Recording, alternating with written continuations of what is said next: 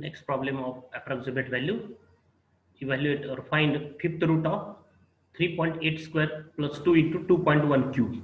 So define the function fxy as fifth root. So write this 5 in root, or write raised to 1 by 5 x square plus 2y cube x square, because 3.8 square means x square, into 2 plus 2 into y cube 2.1 cube. So it is x square plus 2y cube bracket raised to 1 by 5. Fifth root means raised to 1 by 5. And then take x naught as a nearest integer to 3.8. So nearest integer to 3.8 is 4. And find write this take this delta x such that x naught plus delta x is 3.8, and therefore as x naught is 4, and therefore delta x is what, minus zero point 0.2, because the addition of 4 and minus zero point 0.2 is 3.8. X naught plus delta x is 3.8. And then take the nearest integer to 2.1. It is what, 2. 2 is the nearest integer to 2.1, and therefore take delta y as 0.1, and therefore y naught plus delta y is 2.1. This 2.1. And then the value of, use these formulas of the approximate value. What are that? F of x naught plus delta x, y naught plus delta y is f of x naught y naught plus df. So first find f of x naught y naught. It is what, x naught square in bracket x naught square plus 2y naught cube bracket raised to 1 by. So right here bracket raised to 1 by 5, and then substitute the values of x naught and y naught. We have the answer uh, raised to 1 by 5. Don't write here 1 by 5 as 0.2. And this 32 raised to 1 by 5 means 2, because fifth power of 2 is 32. So 32, its fifth root is 2. And then we have to find df. What is df? The formula for this capital df is what, dab f by dab x at x naught y naught. So first find dab f by dab x and then dab f by dab y, and then find their values at x naught y naught. So dab f by dab x means the derivative of this function fxy with respect to x, partial derivative with respect to x, is what, 1 by 5 by using x raised to n rule, n x raised to n minus 1. So 1 by 5 x square plus 2y cube raised to 1 by 5 minus 1 is what, minus 4 by 5 into, right here, into derivative of x square plus 2y cube. So derivative of x square is 2x, and derivative of 2y cube with respect to x is 0. So write into 2x. Here is plus sign is there. So this write into, not plus, into 2x. Okay. So n x raised to n minus 1 into derivative of this bracket is 2x into 2x. And then the value at x naught y naught, that is substitute x as x naught, y as y naught. So we have into right here into 2 x naught, and then substitute x naught as 4, y naught as 2, and then into right here 2 into 4, here right 2 into 4, and so into here right into 8, and then we have answer 32 raised to minus 4 by 5 into 8. Write that answer. Okay. Then dab by f by dab by y with respect to y derivative is 1 by 5. This bracket raised to 1 by 5 minus 1 means minus 4 by 5 into derivative of x square plus 2y cube with respect to y. Derivative of x square is 0 with respect to y, and derivative of 2y cube is 6y square. Right here 6y square. This is right 6y square, and then this problem is for homework. So write its correct answer into 6y square. So then substitute at x and y as x naught y naught. We have this value 6 into y square 2 square. So write the correct answer. And then df is dab by dab x at x naught y naught, delta x dab by dab y at x naught y naught into delta y. So what is delta x and delta y? Delta x and delta y, this delta x is minus 0.2, delta y is 0.1. Substitute that values and find correct answer of df, capital df. Okay. And then the formula for approximate value is what, f of x naught plus delta x, y naught plus delta y is f of x naught y naught plus df. Substitute f of x naught y naught, this value, and then write the value of df and this 2. The value of f of x naught y naught is 2, and the value of df is write that value and find the value of this f of 3.8 2.1, because x naught plus delta x is 3.8, x naught plus delta x is 3.8 and y naught plus delta y is 2.1. Then f of 3.8 2.1 is what is f of xy? F of xy is this fifth root of x cube plus 2y cube. That is, we have fifth root of 3.8 square plus 2 into 2.1 cube. So write that, and that is equal to, we have the final answer. Okay, so find the correct answer. The next problem, using differentials, find the approximate value of 2.01 into 3.02 bracket square. So define the function fxy as x into y square, and then take x naught and y naught. X naught is the nearest integer to 2.01 is 2, and delta x is 0.01, and nearest integer to 3.02 is 3, and delta y is 0.02, and therefore x naught plus delta x is 2.01, y naught plus delta y is 3.02. And then find value of f of x naught y naught is x naught square, x naught into y naught square. Substitute the value of x naught and y naught. We have the answer 18. Then find dy by dy x. Dy by dy x means partial derivative with respect to x is y square. Dy by dy x, derivative of x is 1 and y square is constant. So right here y square. It is not 2 x into 2 xy. It is y square. This is the answer of dy by dy x. Dy by x is y square. And this is dy by y. Dy by y is what? 2x into y. So this is dy by y, and this is dy by x. And their values at x naught and y naught. The value of dy by y at x naught y naught is 12, and the value of dy by y at x naught y naught is what? 12, and this is the value of dy by x. Okay, and then df, find df, and then write the formula that f of x naught plus delta x y naught plus delta y is equal to f of x naught y naught plus df, and then we'll substitute the values. We have the final answer. Then the necessary condition for differentiability. When the function is differentiable, we know the definition of the differentiability of two variable function.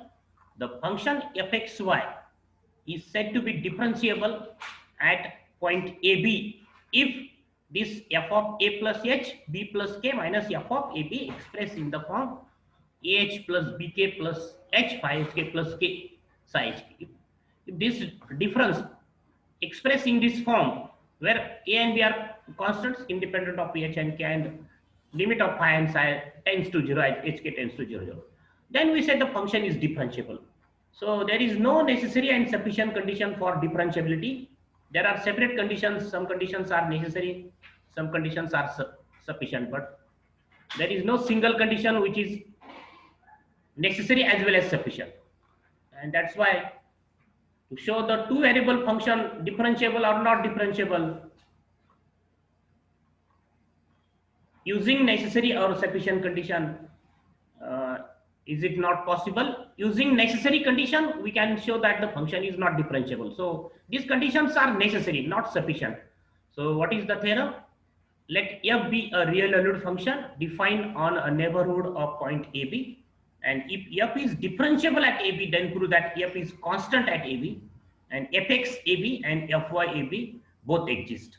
So we have to show the, if the function is differentiable, then the function is continuous. It's very obvious theorem that if the function is, it is also for one single variable function, that if the function is continuous, if the function is differentiable, then function is continuous, but the converse is not true.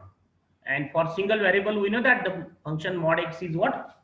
The mod x function is continuous at 0, but the mod x function is not differentiable at 0 for single variable function.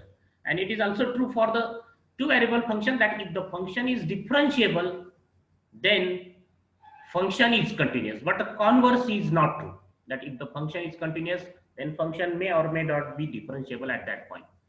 And we have to show the partial derivative fx ab and fy ab both exist, but we can use this theorem,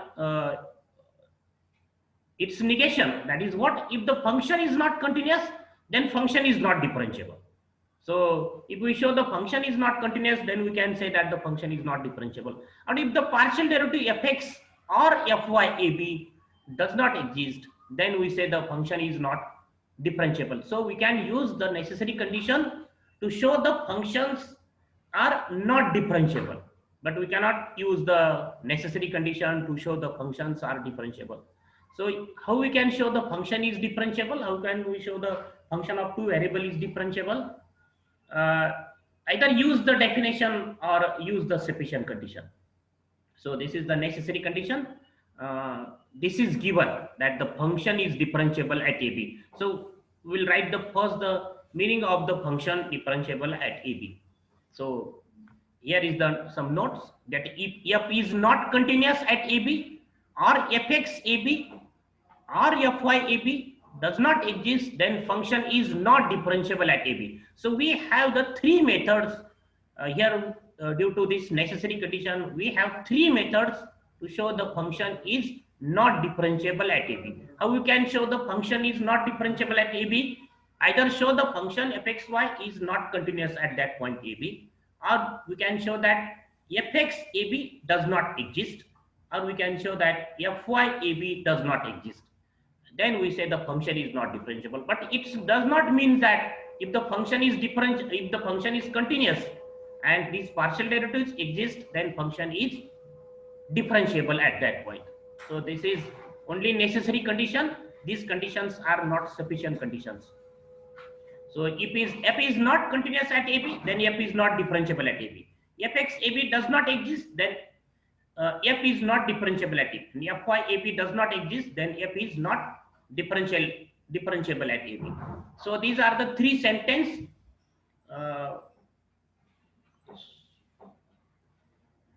obtained from these necessary conditions. That is the equivalent statement of this necessary condition. So we know that P implies Q is equivalent to, logically equivalent to, not Q implies not P. P implies Q is logically equivalent to, not Q implies not P. So if the function is differentiable, then function is continuous. So this statement, equivalent statement of this statement is what? If the function is not continuous, then function is not differentiable. Okay. So proof of the theorem. We are given that the function, this is another form of the theorem. Either instead of a and b, sometimes the point is denoted by x naught, y naught. So given that the function fxy is differentiable at AB. So this is our assumption that the function is differentiable at AB, and what we have to show that function is continuous at AB and the partial derivative fxab and fyab both exist. So first write the meaning of the function fxy is differentiable at AB. What we have? The function is differentiable at AB, and so by using definition, this delta f or f of a plus h b plus k minus f of ab expressed in the form capital AH plus capital BK plus H phi HK plus K psi HK. What are A and B? A and B are constants independent of H and K. These are not functions of H and K, capital A and capital B. And limit of phi HK and limit of psi HK as HK tends to 0, 0 is 0. So this is by using the definition of differentiable function. This definition is very important. Definition, the function, when the function is differentiable at the point AB, two variable function. So by using definition, this is the meaning of given. Now we have to show, first, number one, we have to show the function is continuous at AB. fxy is continuous at AB. So taking limit of both sides of this equation start as hk tends to 0, 0. So what do we have? Limit hk tends to 0, 0, f of a plus h, b plus k minus f of ab, this is LHS, is equal to limit of RHS, right? This AH plus BK plus H phi HK plus K psi HK in bracket, and take limit as HK tends to 0, 0 of both sides. So limit of RHS, that is HK tends to 0, 0 means substitute H is equal to 0 and K is equal to 0. So we have AH is 0, answer of AH is 0.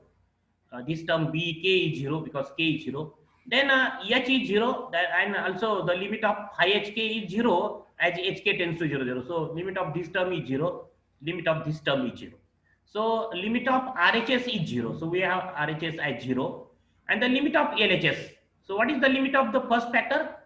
Limit hk tends to 0, 0, f of a plus h, b plus k, minus limit of f of ab as hk tends to 0, 0 is itself f of ab, because f of ab is what? Is independent of h and k, is constant with respective limit. This function f of ab, there is no h or k in this function f of ab, and therefore the limit of this function f of ab as hk tends to 0, 0 is itself, and write the limit of f of a plus h, b plus k as hk tends to 0, 0.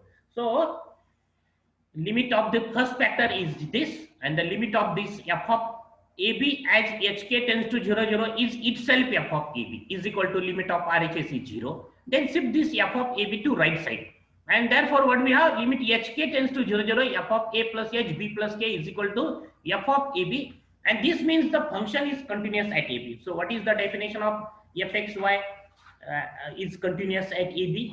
If limit hk tends to 0, 0, f of a plus h, b plus k is equal to f of ab. Okay, if this happens, then the function is continuous. Okay, so this is in the previous chapter, the definition of continuity. So we can write the definition of continuity in two forms. So what is the definition of continuity?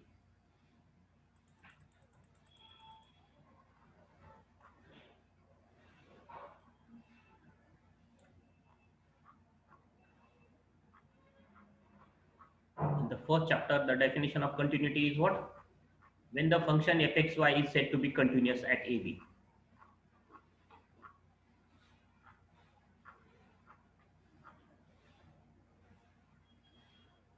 If the limit xy tends to 0, 0, xy tends to ab of fxy exists and is equal to f of ab, then the function is continuous.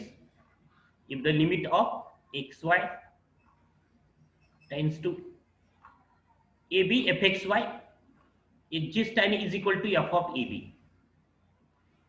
So this is the definition of continuity. If limit of fxy as xy tends to ab exists and is equal to f of ab, then we say the function is continuous at ab. So another form of this definition of continuity, substitute x minus a is equal to h. Substitute x minus, that is x is equal to a plus h and y is equal to b plus k. Then what we have?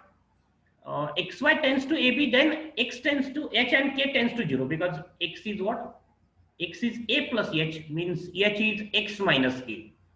H is x minus a, and x minus a, if x tends to a, then x minus a tends to 0, that is hk tends to 0, 0.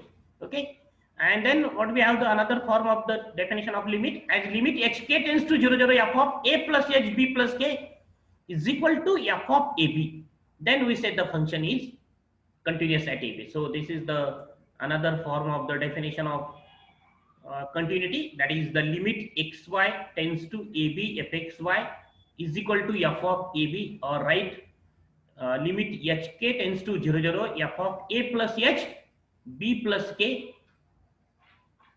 f of a plus h, b plus k is equal to f of ab. Both the definitions are same. So we have that limit hk tends to 0, 0, f of a plus h, b plus k is equal to f of ab, and therefore here we have limit hk tends to 0, 0, f of a plus h, b plus k is equal to f of ab, and therefore the function is continuous at ab.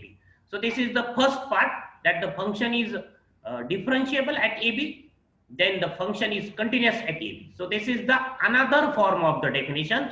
So what is our the form of limit function continuous? That limit xy tends to ab fxy is equal to f of ab. So limit xy tends to ab fxy and limit hk tends to 0, 0, f of a plus h, b plus k, these two are same. If we write x as a plus h, b as y as b plus k, then h is x minus a, k is y minus b, and then xy tends to ab, then hk tends to 0, 0. So both are same, that either take limit xy tends to 0, 0 fxy, or take limit xk k tends to 0, 0, f of a plus h b plus k is equal to f of ab, and therefore the function is continuous at ab. So this is the first part of the theorem, that function is differentiable at ab, then function is continuous at ab. Now we have to show these partial derivatives fx ab and fy ab both exist. So right, the definition, what is the definition of fx ab? In the previous chapter, we observed that the definition of fx ab is what? Limit h tends to 0, f of a plus hb minus f of ab divided by h is fx ab. So this is given, equation star is given, that the function is differentiable, means we have this. So take limit h tends to 0 of both sides. Taking limit h. So first substitute h is equal to 0 in star. So we have to show now the function fx, the partial derivative fx ab exists. So for that, substitute h in the first part, substitute h as k as 0. So substitute k as 0 in equation star. What we have? F of a plus h comma b plus 0 at b minus f of ab, f of a plus h comma b minus f of ab, we have this f of ab is equal to capital A into h, capital A into h, the value of k is 0, so this term becomes 0, h phi h 0, and this term is also 0. So we have this f of a plus h b minus f of ab is equal to ah plus h phi h 0. Okay, then take h as common factor to right side and shift to left side. So we have f of a plus h b minus f of ab divided by h is equal to capital A plus phi h 0.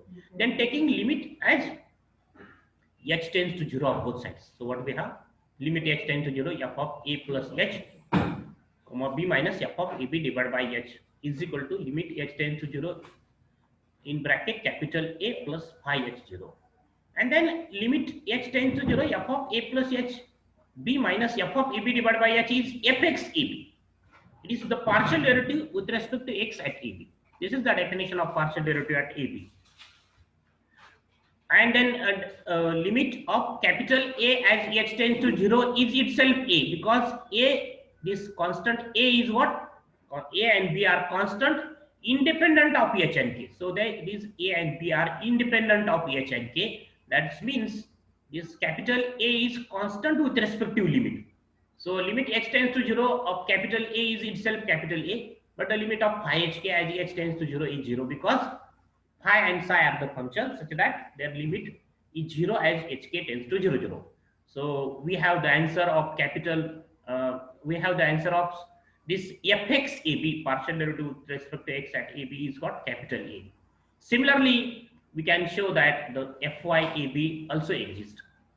So for that, substitute h is equal to 0 in star, and then we have this f of a b plus k minus f of a b is equal to this. Take this k as common, shift to LHS, and taking limit as k tends to 0. And the value of this LHS is what? Is nothing but fy ab, partial derivative with respect to y at ab. F of a b plus k minus f of ab divided by k is what? Fy ab. And limit of capital B is itself b, and limit of phi 0k is 0. Okay, and so fy ab is equal to capital B, and therefore we say fy exists. Here we have fx ab exists. Here we say that fy ab exists, and therefore the proof of the theorem, that if the function is differentiable at ab, then function is continuous at ab, and fx ab and fy ab both exist. And so we can use this theorem to write the another form of the definition of differentiability. So what is the small capital A? Capital A is fx ab, and capital B is what? Fy ab. And so another form of the definition is what? The definition, another form of differentiability, that function fxy is differentiable at ab if f of a plus h b plus k minus f of ab expressed in the form capital AH, instead of write capital A, write small, write fx ab, that the partial derivative with respect to x at ab, fx ab h into fx ab plus k into fy ab, write that value of capital B as fy ab, plus h phi hk plus k psi hk, where phi and psi tends to 0 as hk tends to 0, 0. So this is the another form of the definition of differentiability. So this is the necessary condition of differentiability. Similarly, the sufficient condition of differentiability. When the function is differentiable at AB, the sufficient condition for differentiability. These are some problems uh, that we have to show the function is continuous but not differentiable. So sufficient condition, the proof of the sufficient condition is not included in the new syllabus. So just remember the statement of sufficient condition. The proof is not included in the syllabus. So ignore this proof of the sufficient condition. That is only the, remember the statement of the theorem. So what is the sufficient condition of differentiability? Let fxy be a real valued function defined on neighborhood of point AB. And if fx and fy both exist, and condition number 2, one of the partial derivative fx or fy is continuous at AB, then the function is differentiable at AB. So this is the sufficient condition. So when the function is differentiable, the sufficient conditions are what? Fx, AB and Fy, that is the partial derivative with respect to x and y at AB exists, and one of them, Fx or either Fy, is continuous at AB, then function is differentiable at AB. But the converse of the necessary condition is what? That the function is continuous at AB, then function is differentiable at AB. This is not true. When the function is differentiable at AB, either first partial derivative with respect to x or y is continuous at AB, then function is differentiable at AB. Fx, AB and Fy, AB both exist and one of them is continuous at AB, then function is differentiable at AB. So this is the sufficient condition, and these are the some problems on the function not differentiable, or the functions are differentiable at some point 0, 0. So we will see these problems in the next lecture.